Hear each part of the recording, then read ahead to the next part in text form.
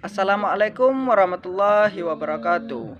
Perkenalkan, nama saya Musriyadi, NIM 1914040060, jurusan Tadris Matematika, Fakultas Tarbiyah dan Keguruan UIN Imam Bonjol Padang. Baiklah, pada video kali ini kita akan membahas tentang rancangan pembelajaran matematika, di mana mata kuliah ini diampu oleh Ibu dosen Nita Putri Utami MPD. Baiklah, jangan lupa like, comment, share, and subscribe. Oke, tanpa banyak basa-basi lagi karena kita tidak membahas hal yang basi. Langsung saja ke videonya. Mata kuliah rancangan pembelajaran ini kita akan membahas beberapa materi. Yaitunya yang pertama, rincian minggu efektif. Pada rincian minggu efektif ini kita akan membahas beberapa poin. Yang pertama yaitu pengertian kalender akademik. Yang kedua, pengertian rincian minggu efektif. Yang ketiga, komponen-komponen dalam menyusun rincian efektif. Yang keempat yaitu faktor-faktor dalam menyusun rincian minggu efektif. Yang kelima yaitu bentuk rincian minggu efektif. Baiklah, yang pertama kita akan membahas tentang pengertian kalender akademik dan cara membacanya. Kalender pendidikan adalah bentuk pengaturan waktu yang disusun untuk kegiatan siswa dalam satu tahun ajaran yang di dalamnya terdiri dari permulaan tahun pelajaran, minggu efektif dalam belajar dan pembelajaran efektif, dan hari libur dalam dunia pendidikan. Penyusunan kalender pendidikan bukanlah hal asing lagi karena disusun setiap tahun. Beberapa faktor yang menjadi ketentuan khusus dalam komponen hari libur, yaitu libur khusus, libur nasional, libur akhir tahun, libur keagamaan, libur antar semester, dan libur tengah semester. Berikut adalah contoh kalender pendidikan. Seperti yang kita lihat, ada berbagai macam warna pada kalender tersebut. Tujuan pembentukan warna itu untuk perbedaan-perbedaan pada hari dan tanggal tertentu. Yang pertama ada keterangannya itu pas dan pat. Yang kedua libur semester, libur awal Ramadan dan Idul Fitri. Selanjutnya kegiatan belajar Ramadan. Selanjutnya yaitu matsama, awal masuk kuliah, ujian madrasah, dan penilaian tengah semester. Yang terakhir yaitu penyerahan lapor. Nah, kalender pendidikan ini yaitu contoh dari salah satu sekolah, yaitu Madrasah Aliyah Swasta Lubuk Melako, yang kepala sekolahnya yaitu Bapak Alidas SPDI. Yang kedua yaitu pengertian rincian minggu efektif. Minggu efektif belajar itu adalah jumlah minggu kegiatan pembelajaran untuk setiap tahun pelajaran pada setiap satuan pendidikan. Minggu efektif merupakan minggu yang dapat digunakan untuk pelaksanaan proses belajar mengajar di sekolah. Jika minggunya efektif, maka jam pelajaran yang digunakan untuk proses belajar mengajar juga terhitung efektif. Artinya, jam pada minggu efektif tersebut digunakan untuk mengajarkan materi.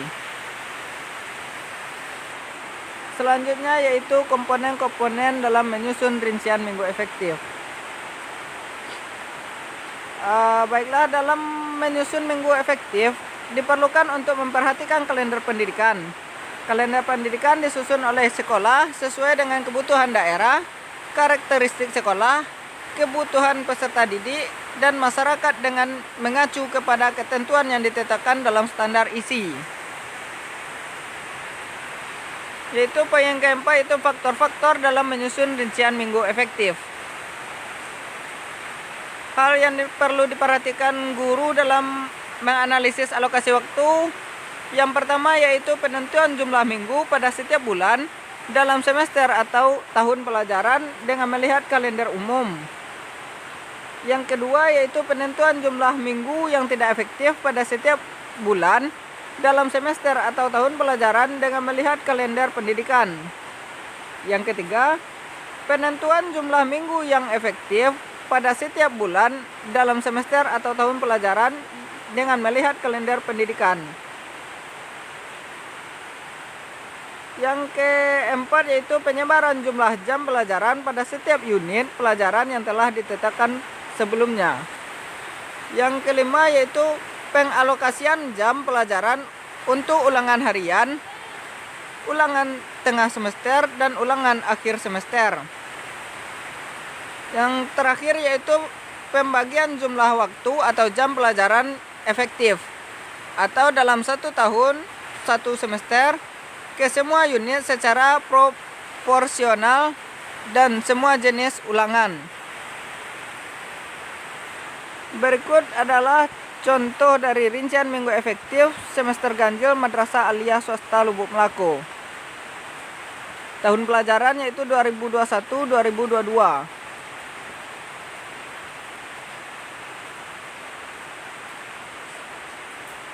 Perhitungan alokasi waktu semester ganjil berdasarkan kalender pendidikan. Sama-sama kita lihat yaitu bulan Juli. Jumlah minggunya ada 3, minggu efektif 2, minggu tidak efektif 1. Jumlah hari yang efektif itu 14 hari. Keterangannya sama. Yang kedua yaitu pada bulan Agustus. Jumlah minggu ada 4. Jumlah minggu efektif 4 minggu, jumlah minggu tidak efektif 0, dan jumlah hari efektif 23. Yang ketiga yaitu bulan September. Jumlah minggu ada 5 minggu, minggu efektifnya 5, dan tidak ada minggu yang tidak efektif. Yang keempat yaitu bulan Oktober. Jumlah minggu ada 4, minggu efektif ada 4 minggu, dan tidak ada minggu yang tidak efektif. Yang kelima yaitu November. Jumlah minggu ada 4, minggu yang efektif ada 4 minggu, yang tidak efektifnya 0. Jumlah hari efektifnya yaitu 24. Yang keenam yaitu bulan Desember. Jumlah minggu ada 5, minggu efektif tidak ada, dan ada 5 minggu yang tidak efektif. Keterangannya yaitu penyerahan akhir semester, pembagian rapor, dan libur semester.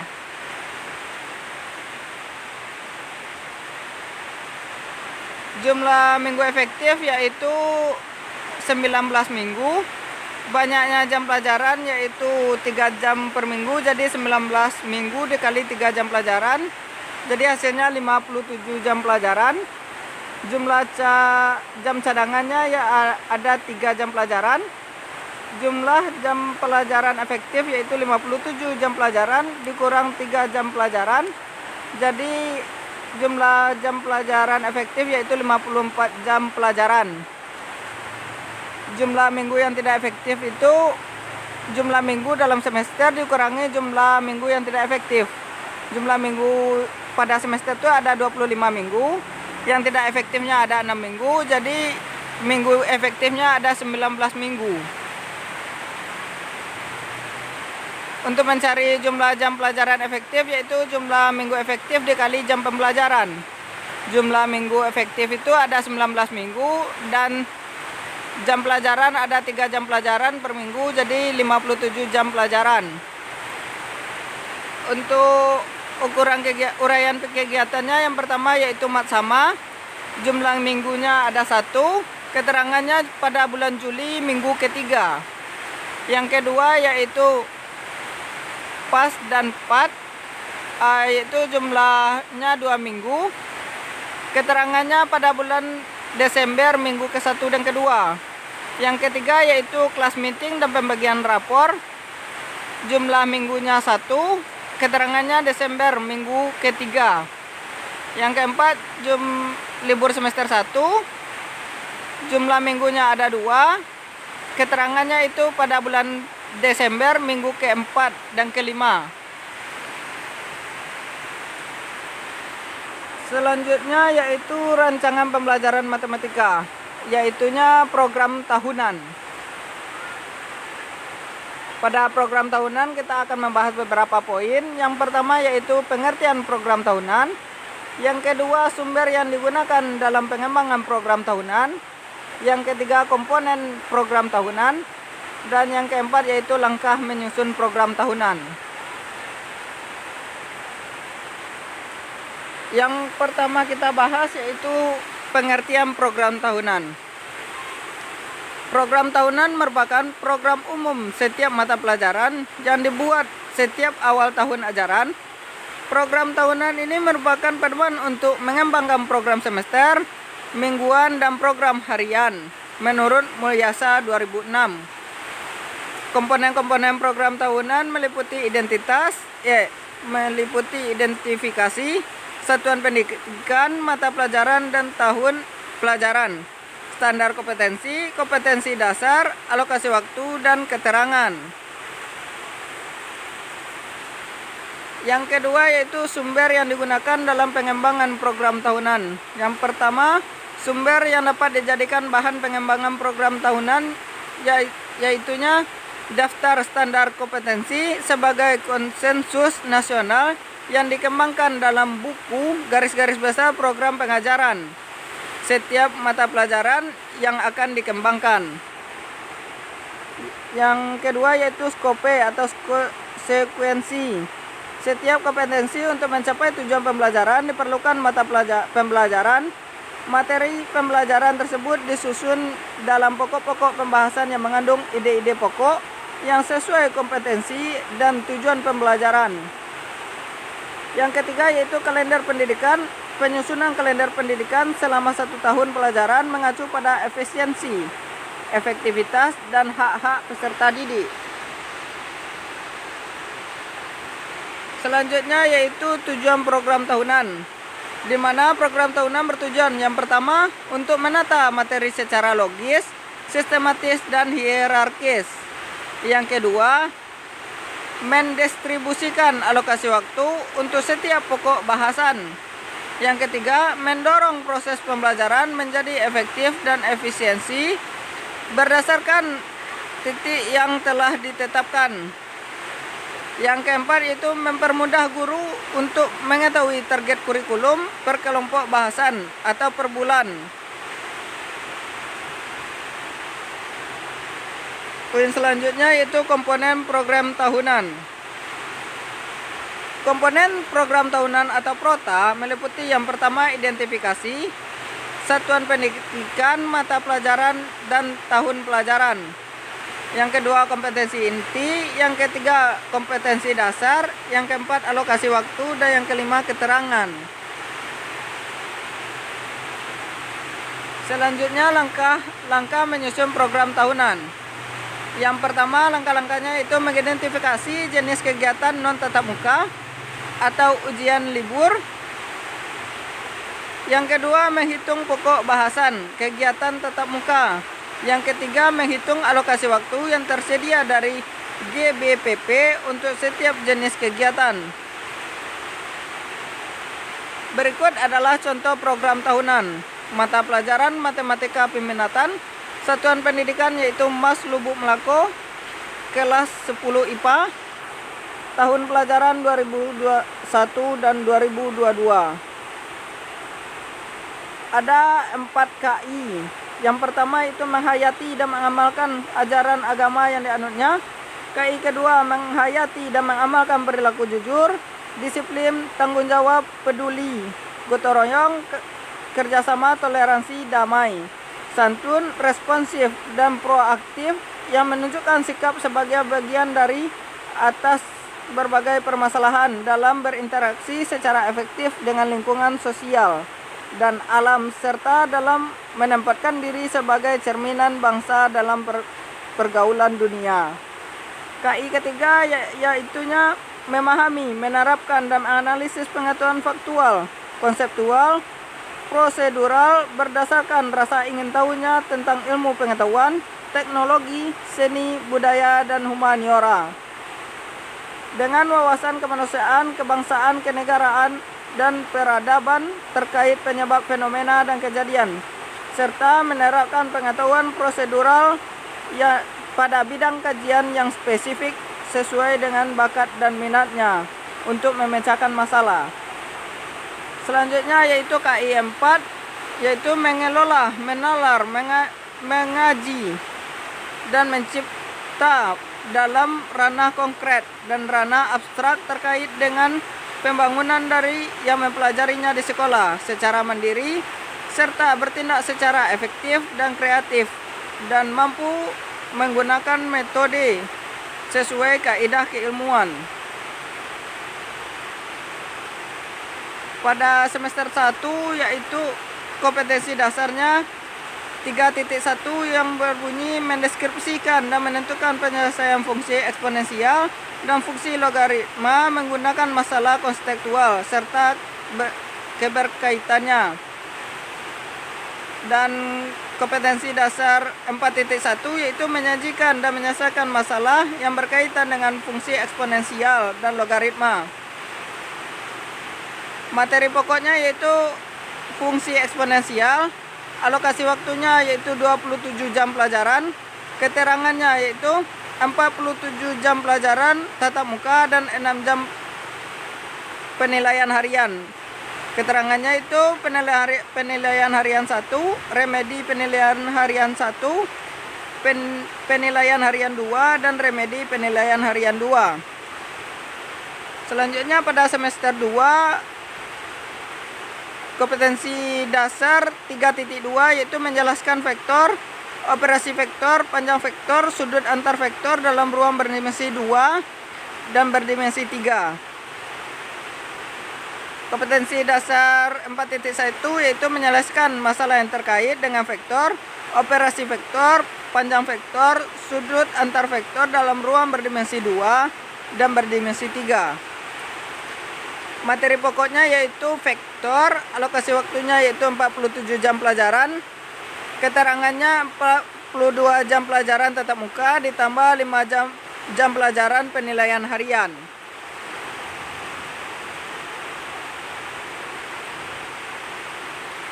Materi selanjutnya yaitu tentang program semester.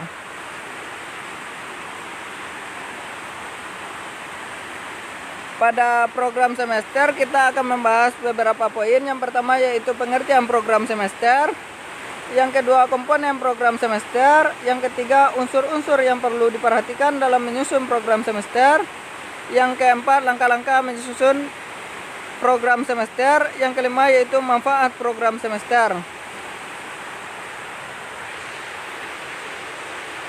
Baiklah, kita akan membahas tentang pengertian program semester. Program semester adalah program pengajaran yang harus dicapai selama 1 semester. Selama periode ini diharapkan para siswa menguasai pengetahuan, sikap, dan keterampilan sebagai satu kesatuan utuh.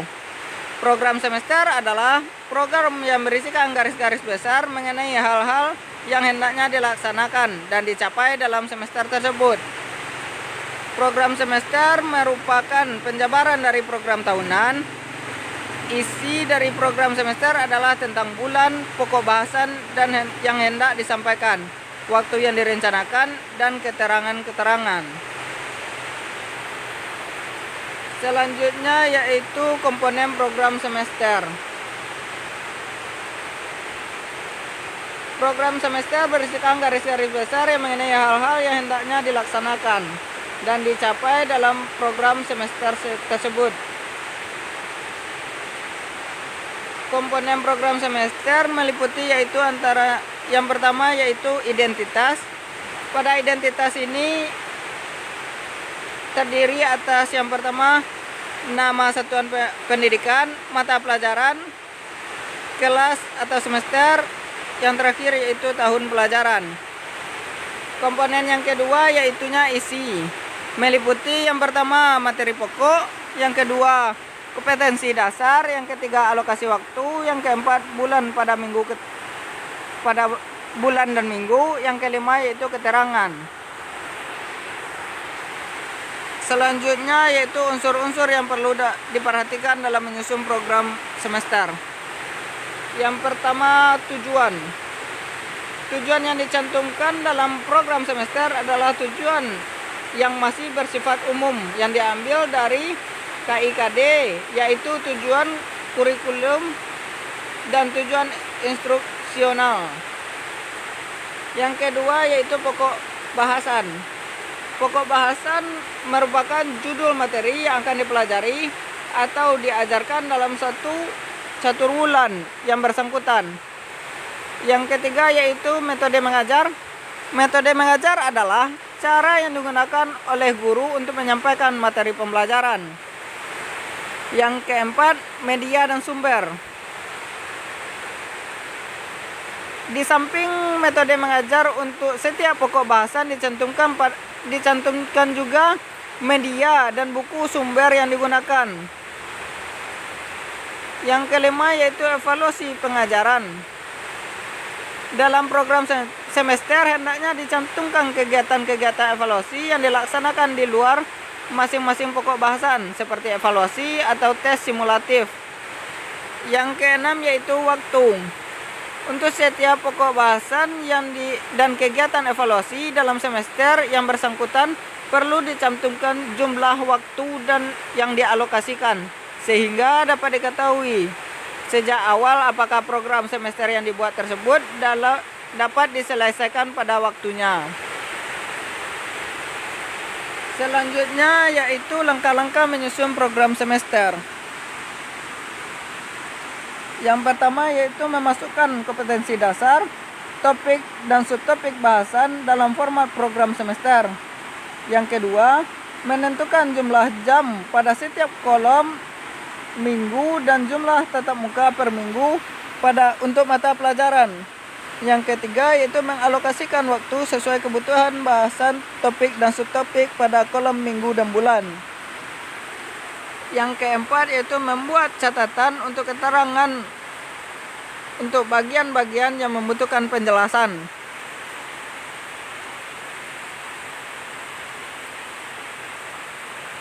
Yang kelima yaitu manfaat program semester.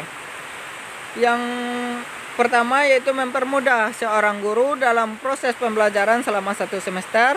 Yang kedua, sebagai petunjuk arah kegiatan dan dalam mencapai pembelajaran yang dilakukan.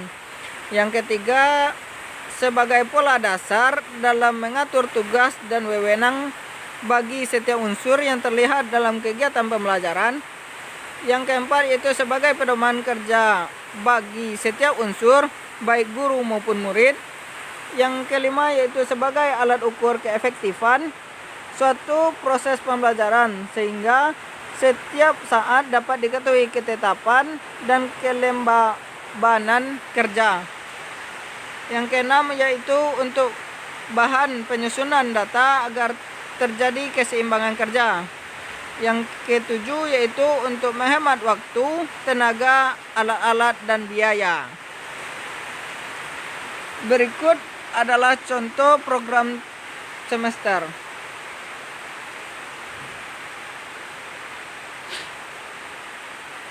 Di tabel terlihat yaitu kompetensi dasar, indikator, materi pokok, alokasi waktu, dan keterangan pada setiap bulan berdasarkan materi dan pembelajaran per minggunya. Ada juga keterangan-keterangan yang membutuhkan gitu. Selanjutnya yaitu penetapan KKM, kriteria ketuntasan minimal.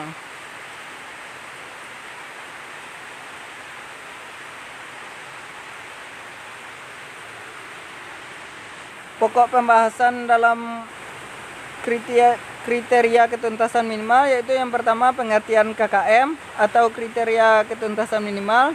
Yang kedua komponen-komponen yang dalam penetapan KKM. Yang ketiga prinsip-prinsip dalam penetapan KKM. Yang keempat fungsi dari KKM. Yang kelima langkah-langkah dalam menetapkan KKM. Yang pertama yaitu pengertian KKM atau kriteria ketuntasan minimal. Istilah kriteria dalam penilaian sering juga didengar dengan kata tolak ukur atau standar. Kriteria paling rendah untuk menyatakan peserta didik mencapai ketuntasan dinamakan kriteria ketuntasan minimal atau KKM. KKM adalah kriteria paling rendah untuk menyatakan peserta didik mencapai ketuntasan apakah peserta didik dapat melanjutkan pembelajaran selanjutnya atau kompetensi dasar berikutnya. Yang kedua yaitu komponen-komponen dalam penetapan KKM. Yang pertama kompleksitas. Kompleksitas adalah tingkat kesulitan dari masing-masing mata pelajaran. Yang kedua daya dukung sarana. Dalam PP 19/2005, setiap satuan pendidikan wajib memiliki sarana yang meliputi perabot dan peralatan pendidikan, media, buku, dan sumber belajar lainnya, bahan habis dipakai, serta perlengkapan lain yang diperlukan untuk menunjang proses pembelajaran yang berkelanjutan. Yang ketiga yaitu intake siswa. Intake siswa adalah tingkat kemampuan rata-rata siswa. Selanjutnya yaitu prinsip dalam penetapan KKM. Yang pertama itu penetapan KKM merupakan kegiatan pengambilan keputusan yang dapat dilakukan melalui metode kualitatif dan kualitatif. Yang kedua yaitu penetapan nilai kriteria ketuntasan minimal dilakukan melalui analisis ketuntasan belajar. Yang ketiga, kriteria ketuntasan minimal setiap kompetensi dasar atau KD merupakan rata-rata dari indikator yang terdapat dalam kompetensi dasar tersebut. Yang keempat yaitu kriteria ketuntasan minimal setiap standar kompetensi merupakan rata-rata KKM kompetensi dasar atau KD yang terdapat dalam KI tersebut. Yang keempat yaitu fungsi dari KKM. Yang pertama, sebagai acuan bagi pendidik dalam penilaian kompetensi peserta didik sesuai kompetensi mata pelajaran yang diikuti. Yang kedua, sebagai acuan dari peserta didik dalam menyiapkan diri mengikuti penilaian mata pelajaran. Yang ketiga, dapat digunakan sebagai bagian dari komponen dalam melakukan evaluasi program pembelajaran yang dilaksanakan di sekolah. Yang keempat yaitu merupakan kontrak pedagogik antara pendidikan dengan peserta didik dan antara satuan pendidikan dengan masyarakat. Yang kelima yaitu merupakan target satuan pendidikan dalam pencapaian kompetensi tiap mata pelajaran. Selanjutnya itu langkah-langkah dalam menetapkan KKM. Penetapan KKM dilakukan oleh guru atau kelompok guru mata pelajaran. Berikut adalah contoh penilaian kriteria ketuntasan minimal.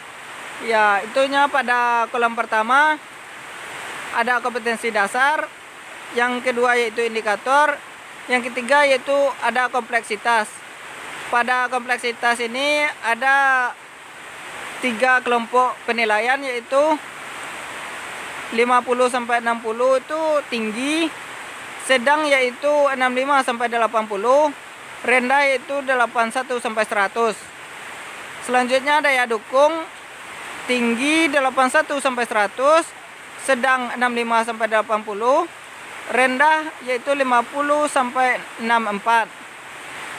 Yang ketiga yaitu intake tinggi nilainya 81 sampai 100, sedang 65 sampai 80, rendah 50 sampai 64. Setelah itu baru kita mendapatkan kriteria ketuntasan minimal atau KKM. Selanjutnya yaitu kompetensi inti atau KI dan kompetensi dasar atau KD. Poin pembahasannya yaitu yang pertama pengertian analisis KI dan KD. Yang kedua, contoh kegunaan analisis KI dan KD.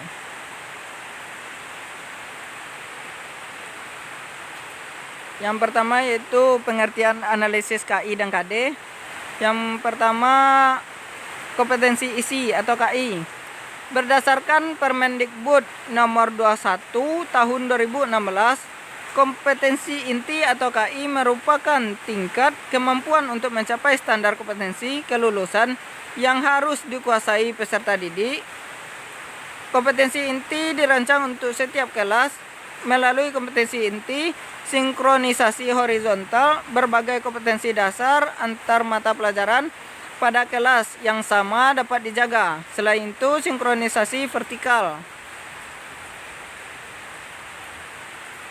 Selanjutnya yaitu kompetensi dasar atau KD.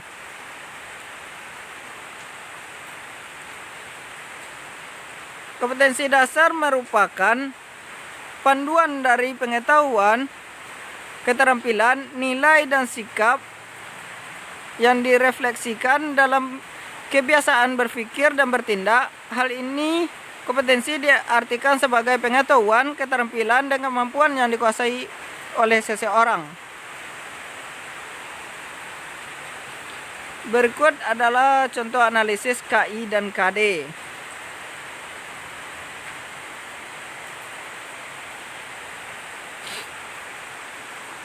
Yang pertama yaitu satuan pendidikannya, yaitu Mas Lubuk Melako.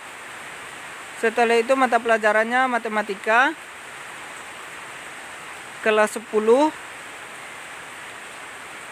Dalam pembuatan analisis KI dan KD, kita membuatnya yang pertama itu pada tabel pertama.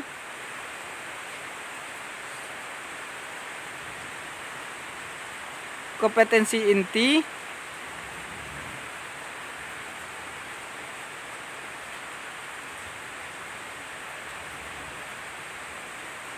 yaitunya KI 3. Memahami, menerapkan, menganalisis pengetahuan faktual, konseptual, prosedural berdasarkan rasa ingin tahu tentang ilmu pengetahuan, teknologi, seni, budaya, dan humaniora dengan wawasan kemanusiaan, kebangsaan, kenegaraan, dan peradaban terikat. Penyebab fenomena dan kejadian, serta menerapkan pengetahuan prosedural pada bidang kajian yang spesifik sesuai dengan bakat dan minatnya untuk memecahkan masalah.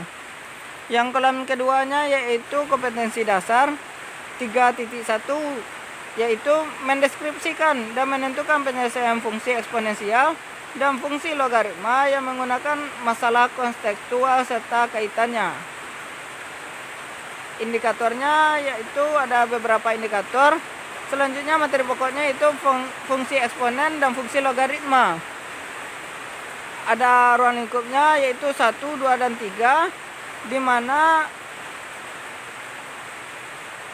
keterangan 1 yaitu aljabar, yang kedua yaitu logika, dan yang ketiga geometri. Dan pada kolom terakhir itu kita membuat alokasi waktunya. Baiklah, hanya sekian yang dapat saya sampaikan. Terlebih terkurang saya mohon maaf. Saya akhiri dengan Assalamualaikum warahmatullahi wabarakatuh.